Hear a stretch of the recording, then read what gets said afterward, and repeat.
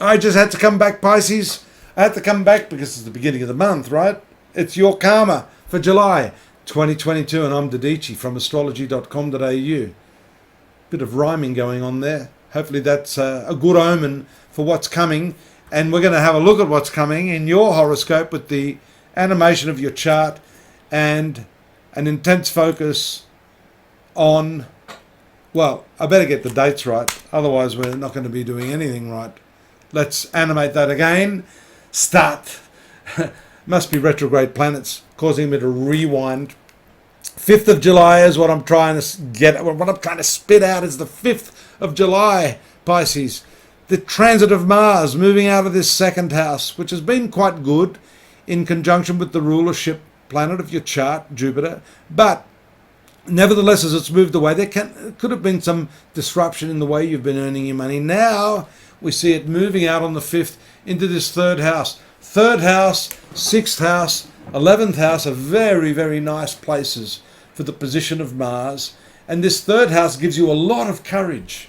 If you've been a little intrepid and sort of treading on eggshells and will I or won't I, second guessing yourself, well, bang, there it is. You are going to be decisive. Let's say that again. You are going to be decisive.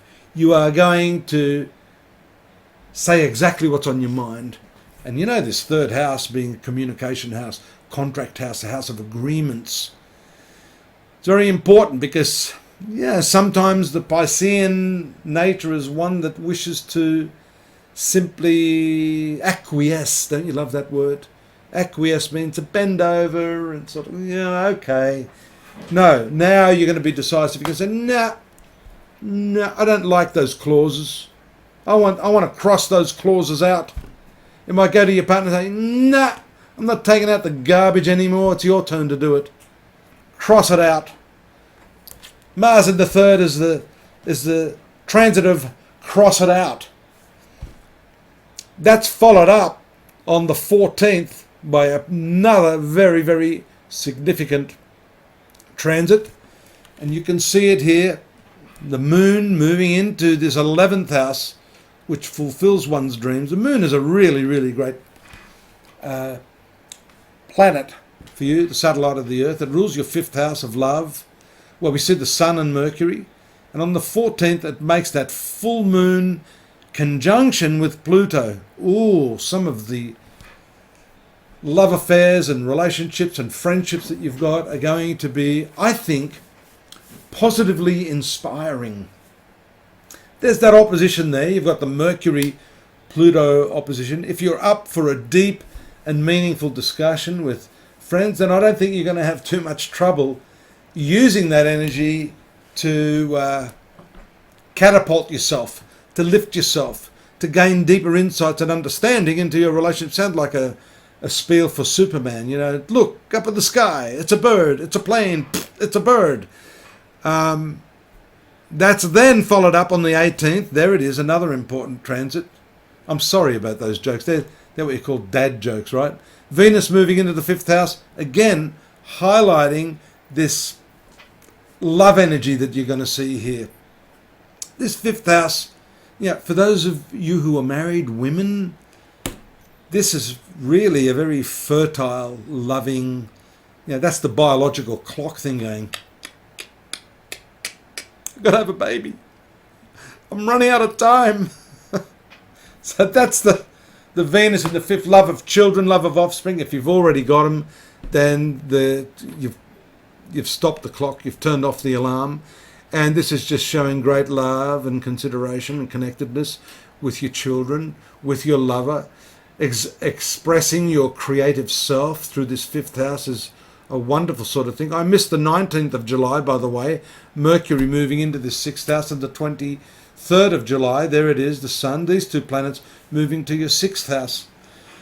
6th house. What's the 6th house? 6th house is exertion in the work area, your style of work, your methodology at work, the way in which you interact, and that's shown by Mercury, the communications interactions that you have with your co-workers. Incidentally, that sixth house has a lot to do with subordinates. So if you're an employer or in your domestic personal life, you're hiring people to do work for you, then there can be some troubles. Mercury is a little bit of a problematic planet for you. And the sun also rules enemies. So these two planets can be problematic. However, the sun there, especially with the new moon on the 29th, you see it there now, bang. That shows a new approach to the way you deal with enemies, to the way you deal with people who want to cut you down. And as I said at the outset, it's the cross it out month this month. And could it be crossing out not only clauses in the contract, Pisces, but people in your life, people in your workplace, where perhaps you've kowtowed to them, where you felt, oh, well, you know, I better be nice. No, you don't have to be nasty, but you don't have to take shit either. And I think that's the crossing out cycle that we're seeing here, which is a great end to the month. Incidentally, your ruling planet on the 29th, coinciding with that new moon, goes retrograde in the second house of finance. You're going to be doing a lot of rethinking. Perhaps this is tied in with that new moon. You see the blue line here? It works very, very positively. So maybe what's been happening is that you've been shooting yourself in the foot being too nice to people. Here you can see some advantages coming through the retrogression, a review of the way you earn money as tied in with the way you deal with other people. More on that in the coming month. In the meantime, popping over to astrology.com.au. We've got your monthly, we've got a bit more on that, weekly, daily, yearly readings there over at astrology.com.au. Drop me a line, don't forget to subscribe, tell your friends, tell me, talk, open up, let's have good communication, and I'll see you next month. Bye-bye.